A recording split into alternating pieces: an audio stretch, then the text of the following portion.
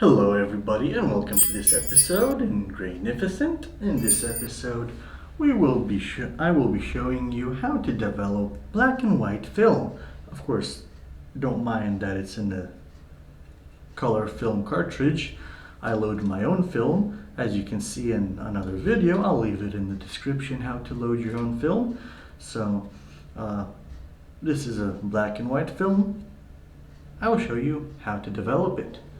So what you will need to this is some black and white developing chemicals. I got here the Cinestill Df96 Monobath. You can see it in another video how I'm mixing the chemicals to be ready for development. All the movies mentioned will be in the description. And of course you will need a tank. This is a Patterson tank to load your film onto the spool and then do the bath in the tank. And it can come in handy a thermometer to measure the temperature of the chemicals so you know you got the right temperature for the right time. I sometimes use it because I develop my black and white film in 21 degrees Celsius, that's 70 degrees Fahrenheit. That's the temperature I keep inside my house. So when the film is just standing around, it's at room temperature. So I don't really have to measure the temperature of the chemicals ever because they're always at room temperature, so I can just develop black and white film at any time. So the first thing you have to do, what you have to do in complete darkness, is load the film onto the spool. I got this old film to demonstrate how you load these reels. So in complete darkness with your film, what you do is when you got these leaders on these Patterson reels, you just put the beginning of your film through them at the beginning, and then you just keep doing such movements.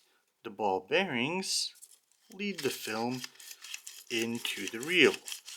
So if you have a reel like this, it is very easy to load your film onto it. And there we go, we got the film loaded, and at that point your film is ready for development. So let's continue. Put it up on the spool completely. That's when put it on this, and inside the tank, and inside, and then close the tank tightly, and the tank is light sealed so you can develop your film inside there. Now we got the film in our tank, developing tank. And another thing we will need is optional if you want to get them or not.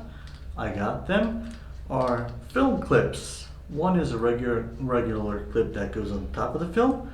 The other one is weighted clip. It's a little bit heavier than the regular one to keep the film stretched so it doesn't curl up while drying.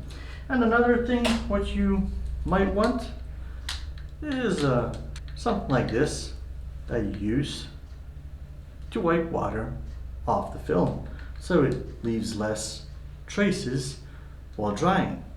So now we take our black and white developer, and of course the developer tells you how much time you need, at what temperature, at what kind of agitation you want, what kind of effects you will get. Either you want to push it, pull it, or develop it normally. And if you don't know if your film should be developed regularly according to that table, you got a table here of many different film types. If you want to pull it, if you want to push it, or normal, that's 70 degrees Fahrenheit, 21 to 27 degrees Celsius, how you should treat it. At normal development, what are the effects you will get? So I got the Kodak T-Max 400 here. So at normal development, I will get ISO 400, but I need to do it 2 times longer than it shows in the table that I should do it. And you got other films here. You got like Ilford Delta 3200, you would have to push it to get that ISO. Like full map on film, that's cheap film. Full map on 100, you got a regular. So that means you just develop it at the standard time here. The Berger Branco film, if you want to develop it normally, you would have to develop it 3 times as long as it says in this table here, if you got such film. So we got Kodak T-Max 400, 2 times longer than it shows in the table. So in the table, we got at 21 degrees Celsius, that's 70 degrees Fahrenheit. That's the temperature we got.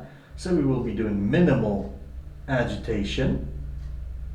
That's 10 seconds gentle agitation, then 5 seconds every minute. And you gotta watch out. It says here, bromide drag lines can occur if left to stand for any more than 1 minute. But usually what I was told that bromide drag lines occur only if you got less chemicals, less developer poured into the tank than the film reaches. So that boundary where the film is and the chemicals are lower and not higher, you could have drag lines across there. That's what I was told, at least. I never had any problem with drag lines. Just remember to agitate it every 60 seconds and it won't be no problem at all. So we'll be doing minimal 6 minutes. That's at least 6 minutes. So since Kodak says 2 times that, we'll be doing it for 12 minutes minimal agitation. So let's do it.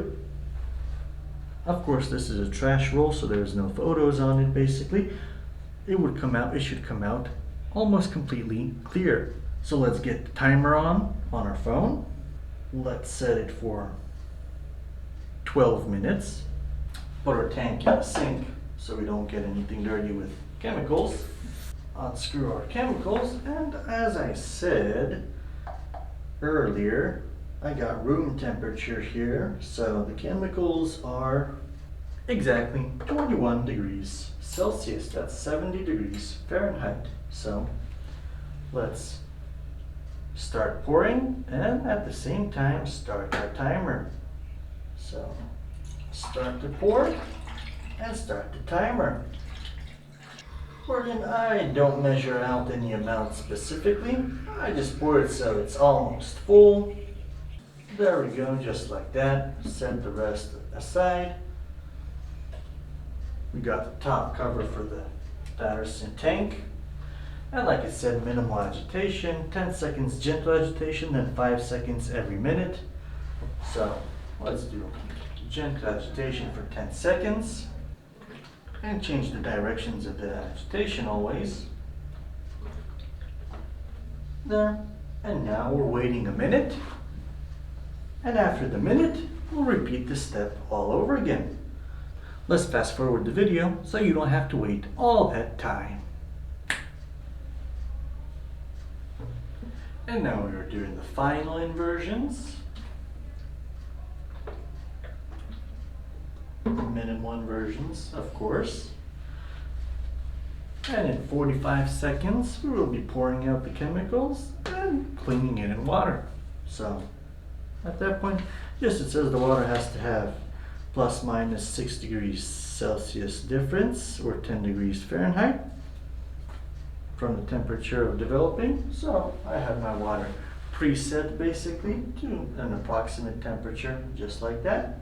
And we're still waiting 18 more seconds to go. We can open up the lid now, as we won't be agitating anymore. And we're almost there. Alright, time's up. Let's pour this out to the tank.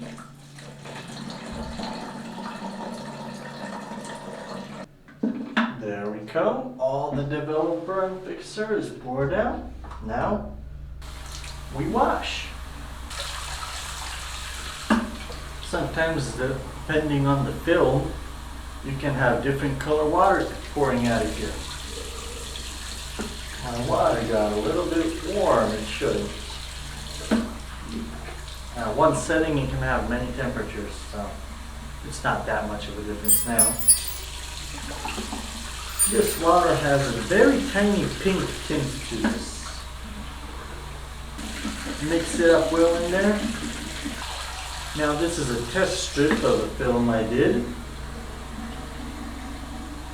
So it should come out completely clear, other than the areas that were exposed to light that would be black. The areas that weren't exposed to light should come out completely clear. And that should be enough for that. Now we can open up the tank, take out our roll of film,